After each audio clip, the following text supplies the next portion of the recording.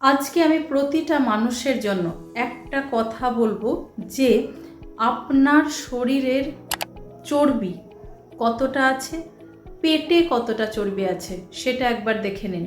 যদি দেখা যায় যে শরীরের তুলনায় পেটে চর্বি বেশি আছে, তাহলে ধরে নিতে পারেন যে আপনার ফ্যাটি লিভার প্রবলেমে ভোগার চান্স কিন্তু বেড়ে গেছে। কারণ এখন ফ্যাটি লিভার প্রবলেম এমন এক জায়গায় পৌঁছেছে যে সাইলেন্টলি আমাদের শরীরের ভিতরে গ্রো করে যাচ্ছে। রিসেন্টলি আমার কিছু পেশেন্টকে তাদেরকে দেখেই মনে হয়নি বা তারাও বুঝতে পারেনি যে কোনো রকম কোনো সিমটমস আছে বলে যেটা লিভার রিলেটেড, কিন্তু তবুও ইউএসজি করার পরে তাদের ফ্যাটি লিভার গ্রেড 2 দেখা গেছে।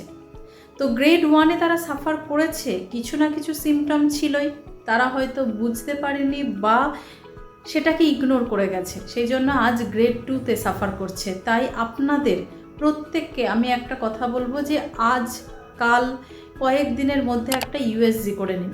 যে ইউএসজিতে কোনো ফ্যাটি লিভার আছে কি না, কোনো স্টোন কোথাও, মানে ধরুন গল ব্লাডার হতে পারে, কিডনিতে হতে পারে, বা ইউরিনারি ব্লাডারে কোনো রকম ইনফেকশান, বা বলতে পারেন ইউরিনারি ট্র্যাকে কোনো রকম ইনফেকশান আছে কি না, সেটা একবার চেক করে নিন।